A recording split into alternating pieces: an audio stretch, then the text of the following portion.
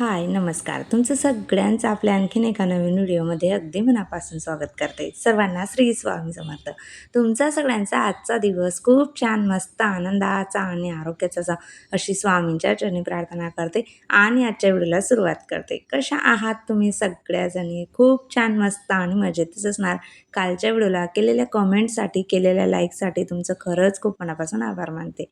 मस्त छान अशी आणखीन एका दिवसाची सुरुवात झालेली आहे आणि आज सुरुवात केलेली होती ती सोफा कवर वगैरे आज सगळं काही क्लीन करून घ्यायचं होतं कारण खूप जास्त दिवस झाले सोफा कवर वगैरे धुतलेच गेले नव्हते आणि गाद्या वगैरे ही जरा जास्त आता ऊन आहे ना तोपर्यंत टेरेस पण आमच्या इथं ओपन आहे लिफ्टचं काम चालू असल्यामुळे तर वरती टाकून देते असा विचार चालू आहे आणि बरंचसं अजून काय काय आहे हळूहळू एक एक साफसफाईला सुरुवात जी आहे ना ती करत आहे कारण एकदाच आता शक्य नाही कारण हे 2 मेंबर पण आहेत अजून आणि त्यांच्याकडे पण तितकं लक्ष द्यावं लागतं नाहीतर मग दोघांचं परत सुरू होऊन जातं. त्यामुळे जास्त काही कामं एवढी करता येत नाही. तर हळूहळू एक-एक कामांना सुरुवात करूया असा विचार चालू आहे आता, की हळूहळू एकदाच सगळं जर राहू दिलं ना तसंच तर मग अजून खूप जास्त उशीर होऊन जातो आणि कामं पण लांबणीवर जातात. त्यासाठी म्हटलं अजून हॉलमधून सुरुवात करूयात. जोपर्यंत टेरेस ओपन आहे तोपर्यंत गाद्या वगैरे जे काही आपल्याला उन्हामध्ये दाखवायचं आहे. कारण एकदाचा पावसाळा लागला, की खूपच जास्त कुबट वास वगैरे येतो आणि आपल्याला वाढवताही येत नाही. तर एकदाचं चांगलं ऊन आहे ना तोपर्यंत टाकून देते वरतीही. आता सोफा कवर आज धुवायला टाकलेली आहेत. बघू आता इथून पुढे काय-काय कामं होतात. तर त्याआधी म्हटलं मस्त छान झाडांना पाणी वगैरे घालून देऊयात. जे काही तुम्हाला व्हिडिओमध्ये इतकी छान मस्त ग्रीनरी जी आहे ती दिसत असते झाडांची. आणि खरं सांगू का सोफा जेव्हापासून इकडे विंडो साईडला ठेवलेला होता ना बाल्कनीतली व्यवस्थित म्हणजे असं शूटच करता येत नव्हतं आणि दाखवताच येत नव्हतं. म्हणजे पूर्णपणे आडवा जातो आणि बाल्कनीचा शो जात होता. तेही एक कारण आणि कूलर आणलेलं तेही एक कारण.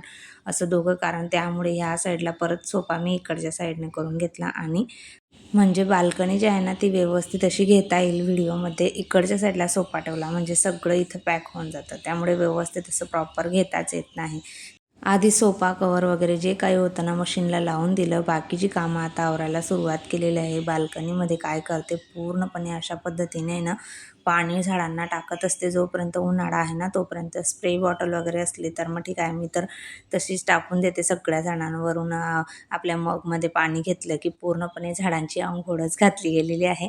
आणि जे आपलं घरात ठेवलेलं होतं मी क्राझुलाचं जे प्लांट आहे ना इंडोर प्लांट आहे ते पण थोडंफार तरी त्याला सूर्यप्रकाशाची गरज असतेच. तर थोडंफार आत किंवा बाहेर नाही तर त्यांची पानं पण गळायला लागतात. त्यामुळे थोडंफार सकाळच्या वेळेला किंवा असं 1-2 दिवसाआड बाहेर ठेवते त्याला आणि नंतर मग परत घरात घेते.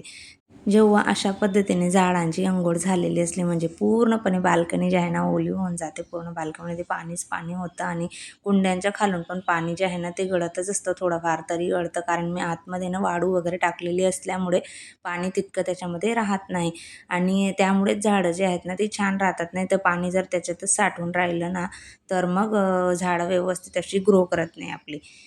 सध्या सुट्ट्यांमुळे कामं जरा निवांतच आहे, पण एक-एक साफसफाई करायची आहे ना, त्यामुळे व्यवस्थित प्रॉपर रुटीनला जे आहे ना, सुरुवात करावीच लागणार आहे. आधी बाल्कनीतलं व्यवस्थित झाडून वगैरे पुसून घेतलं, क्लीन करून घेतलं.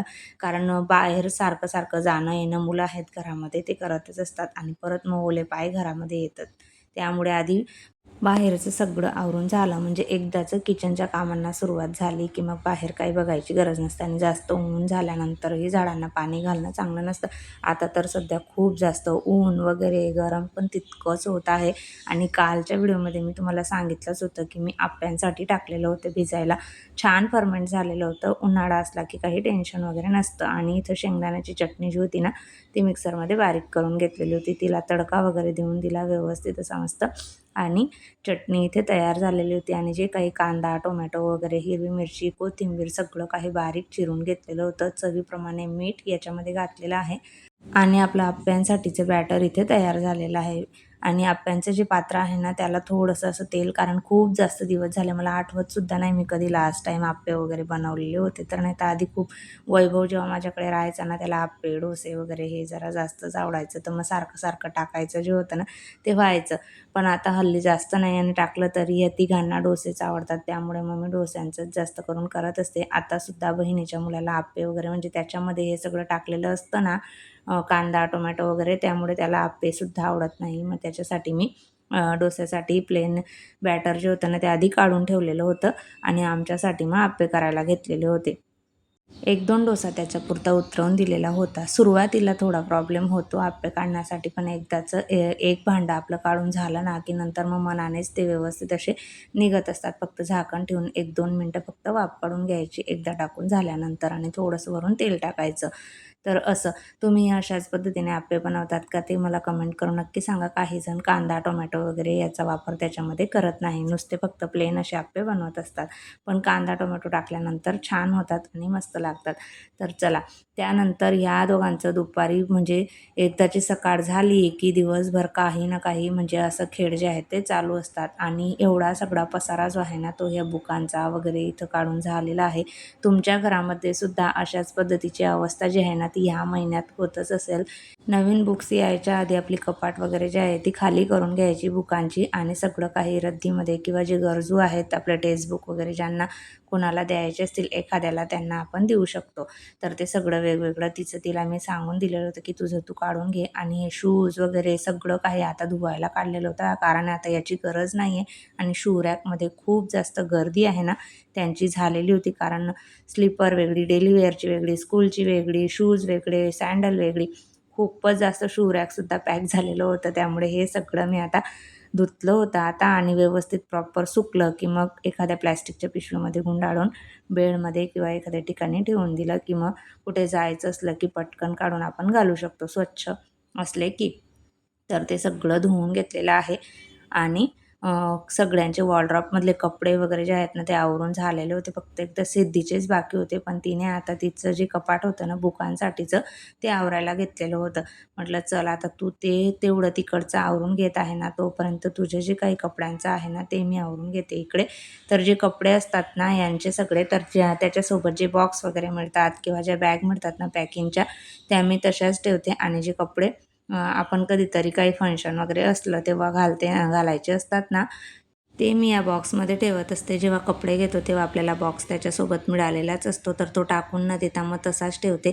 म्हणजे कपाटात गर्दी पण होत नाही आणि एकसारखं व्यवस्थित ते बॉक्स लावलेले असले की आपल्या वॉर्डरोबमधला पसारासुद्धा राहत नाही. त्यासाठी हे बॉक्स टाकून न देता तसेच ठेवते आणि सगळे कपडे त्याच्यामध्ये व्यवस्थित घड्या वगैरे करून ठेवल्या की मग चांगलेही राहतात.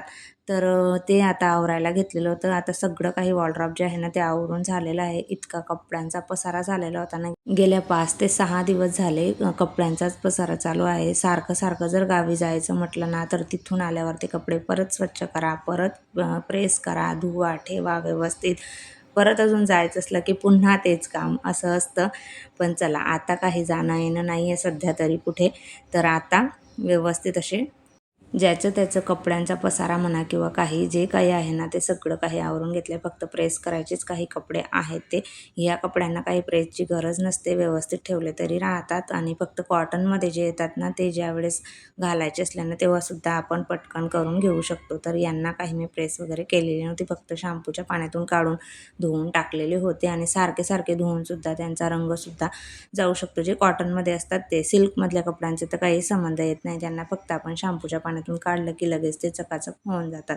तर आता हे कपाट पण आवरून झालेलं आहे. तोपर्यंत एका साईडला सिद्धीचं जे बुकांचं कपाट होतं ना ते तिने आवरून घेतलेलं होतं. नाहीतर हे कपडे मी तिच्याचसाठी ठेवलेले होते. तिला म्हटलं तुझे सगळे कपडे व्यवस्थित घड्या करून तू जागेवरती ठेवून दे. तसं तिचं कपाट तीच आवरत असते. म्हणजे दोघींचंही मी एखाद्या दिवशी सुट्टी असली ना, की त्यांना सांगते की तुमचं कपाट आहे ना व्यवस्थित असं आवरून घ्या. एखादा 8 दिवस झाले की त्यांचे कपडे त्यांना आवरायला सांगत असते.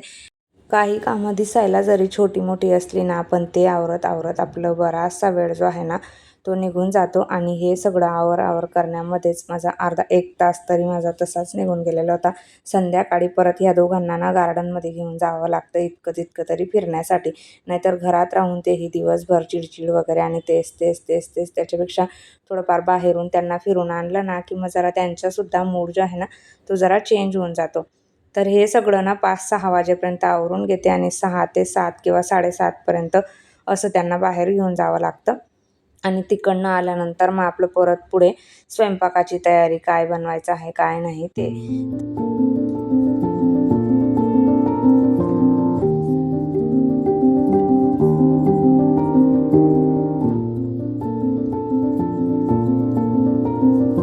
सध्या संध्याकाळी असं वातावरण होऊन जाताना खूपच जास्त वारा वगैरे वादळ असं येईल असं वाटतं की पाऊस येणार आहे.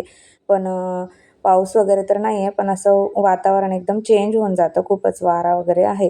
तर थोडं नंतर म्हणजे 5-1 मिनिटापर्यंतच असतं. नंतर शांत झालेलं होतं. त्यानंतर यांना दोघांना बाहेर घेऊन गेली. तिकडनं आल्यानंतर स्वयंपाकामध्ये आता म्हटलं काय बनवूया? तर सध्या तर आता हिरवी मिरची वगैरे याच्याच भाज्या राहतील, कारण तिखट हे लोकं खात नाही त्यासाठी.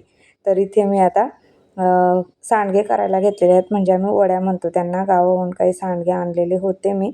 आता ह्यावेळेस मम्मीने दिले होते, मागच्या वेळेस माझ्या सासूबाईंनी दिलेले होते.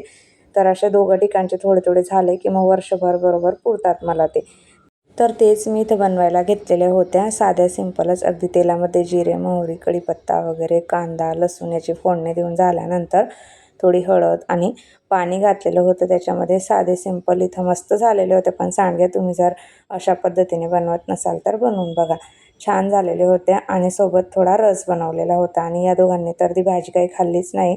रस आणि चपातीच खाल्ली. मस्त छान अशा रसासोबत ताईंनो मी माझ्या व्हिडिओचा एंड करते.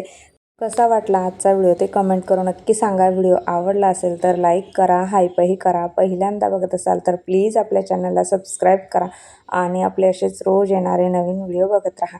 भेटूयात आपण उद्याच्या छान व्हिडिओसोबत. तोपर्यंत सर्वांना बाय आणि सर्वांना श्री स्वामी समर्थ. व्हिडिओ पूर्ण बघितल्याबद्दल धन्यवाद.